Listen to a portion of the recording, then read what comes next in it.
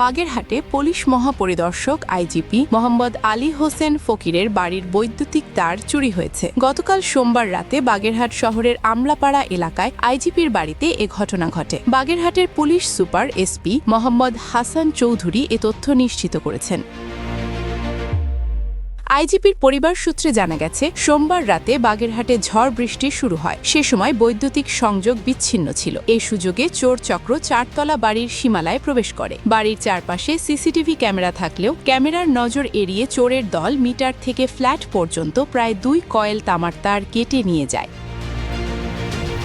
Police জানায়, জড়িতদের শনাক্তকরণ ও চুরি হওয়া মালামাল উদ্ধারে কাজ চলছে। তদন্তের অংশ হিসেবে জিজ্ঞাসাবাদের জন্য এক ভাঙাড়ি দোকানিকে আটক করা হয়েছে। এসপি হাসান চৌধুরী বলেন, এই চুরির সঙ্গে কারা জড়িত তা উদ্ঘাটনে আমাদের একাধিক দল কাজ করছে। জড়িতদের দ্রুত আইনের আওতায় আনা হবে।